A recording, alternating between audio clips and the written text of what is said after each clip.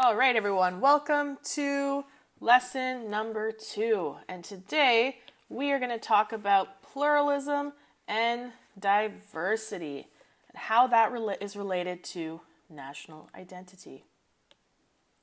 Okay, so pluralism, we've talked about this term before, I think honestly way back in unit number 1. But a pluralistic society reflects an inclusive approach that is characterized by a respect for diversity. It assumes that diversity is beneficial or good, and that cultural, religious, spiritual, ideological, gender, linguistic, environmental, philosophical groups should enjoy autonomy, so independence. A pluralistic group believes that diversity is a good thing and that all groups should be able to have independence and show off their differences. As people move from one country to another, they also move through a complex web of diverse cultures. This experience can change their individual identity and their sense of national identity. But in Canada, pluralism looks different because Canada is basically formed on this idea of different cultures. So when responding to public opinion polls, a high percentage of Canadians consistently identify the country's multicultural and pluralistic nature as something they support and take pride in. So in Canada, multiculturalism and pluralism is very popular. These policies are often described as the characteristics that distinguish Canada from other countries.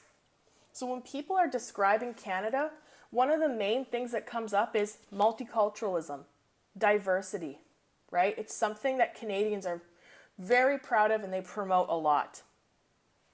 And for many Canadians, ethnic ties are no longer their first concern. So if you ask someone living in Canada, you say, where are you from? They would say, I'm Canadian, right? Even if that person maybe doesn't traditionally look Canadian, they don't really discuss their ethnicity, where their ancestors are from, right? That's not where their ties are. And we can see this in this survey on the side here. It says, this was a survey taken in 2003 that revealed a respondents viewed ethnic background the least important factor when choosing a spouse, so a husband or wife. So it says when choosing a spouse, so someone to marry, is very important. Important, not important, or not important at all. So they're asking a percentage who said it was very important. So when you're choosing a spouse, the most important thing. First things people said, or the most people said, attitudes towards family and children. So if they're going to get married to someone, they want to know if they want to have a family, if they want to have children. Second, they want to know what their moral values are. So are they a good person, or do they have the same values as you? Attitude towards work and leisure, right? If you're going to marry someone, but they don't like to work and you like to work, it probably isn't going to be a very healthy marriage. Then we have sense of humor, so they like to laugh. Educational background, religion, class background, political views, and the smallest one here is ethnic background. So in Canada, when someone wants to marry someone, one of the last things they think about is their ethnicity. It's not important to Canadians. What's important is that they share the same beliefs and values as each other. So Canada is a nation of many nations. And as Canada's reassessed their national identity in the 21st century, some view Canada as a country made up of several different nations. This existed in some First Nations of North America long before the Europeans arrived. According to historians, by the 1500s, some people in North America had argued it was in their collective interest to organize themselves into multinational alliances. So even Indigenous people in North America were working and living together, even if they weren't part of the same Aboriginal or Indigenous groups. Their goals were to protect themselves against their enemies and to promote trade. So it didn't matter if, you were Algonquin or Cree or Ojibwe. As long as you had the same values and you were willing to work together, you could live together and you could be together. Okay, so Aboriginal nations today.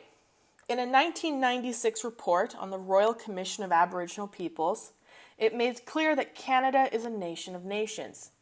It said that Aboriginal governments are one of three orders of the Government of Canada. So, federal, provincial territorial, and Aboriginal. Though Aboriginal people view themselves as nations whose Aboriginal treaty rights are confirmed in Canada's Constitution, Aboriginal leaders agree they wish to remain a nation within Canada. So, Aboriginal people are not after sovereignty. Okay? They do not want separation. They want to be a part of Canada, but still have some form of autonomy and control. And although the Royal Commission encouraged Aboriginal people to be a separate form of government, this goal has been slow. The Indian Act remains in force, and Aboriginal people continue to face many challenges. More than 800 specific land claims have yet to be settled. And we've talked about Indigenous issues and contemporary Indigenous issues, so this shouldn't be news to you. All right, then we look at Quebec, which is also a nation within a nation. And in the early 21st century, something called reasonable accommodation became an issue in Quebec, when many minority groups became alarmed about what they viewed as a lack of willingness to allow them to promote their cultural traditions and to feel as if they belonged in Quebec. The issue of reasonable accommodation came to a halt in 2007 when the Council of the small Quebec town Hérouville adopted a code of conduct for immigrants. These actions sparked intense debate about how Francophone Quebecs could affirm and promote their traditional language while also accommodating to immigrants. So Quebec is a tricky issue because in Quebec, obviously they want people to speak French, they want people to follow French culture. But when you see Aboriginal groups and you also see new immigrants coming to Quebec, how can they promote their independent culture as well as following Quebec's culture? And it's sort of this tricky sort of organization. How can you have two people having their own affirmation of their culture? And these actions sparked an intense debate over how French Quebecois could affirm and promote their traditional language while, accommodating the need of immigrants.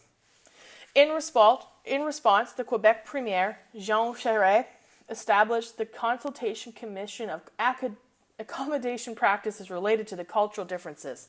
So quite the name. But basically, he set up a committee trying to figure out how can these two groups work together. The report recommended that the accommodation be made to public schools to allow students who want to wear religious attire in class, such as the hijab, kippah, or turban, to do so.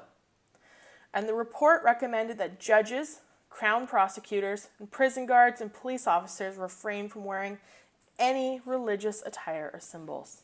Okay, so kind of controversial that wearing religious items were allowed by school children, but people who sort of worked for the public could not wear anything that showed their religion. All right, next we're going to look at globalization. So as the world becomes more globalized, Canadians and others have begun debating the effects of globalization on nationalism and national identity. So you guys did globalization in grade 10, so you should be pretty knowledgeable in this area. And we know that globalization has made moving to distant places much easier, and Canada has acknowledged a world leader in promoting multiculturalism and cultural pluralism. But Canadians sometimes struggle to reconcile respect for and acceptance of diversity with their desire to foster national unity. The struggle of how can we be united as one nation when we have so many different cultures inside. And the Canadian ideal of diversity is widely admired, but some people say it's just that, an ideal. It's not real. In practice, it doesn't work. For immigrants, especially those who belong to visible minority groups, this does not always translate into reality. Today's immigrants, for example, are often much better educated than immigrants of previous generations, but they can still have trouble finding jobs in their chosen field.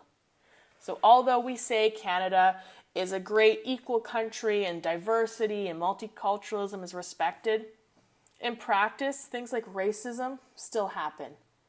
And things such as making it hard for immigrants to get jobs still happens.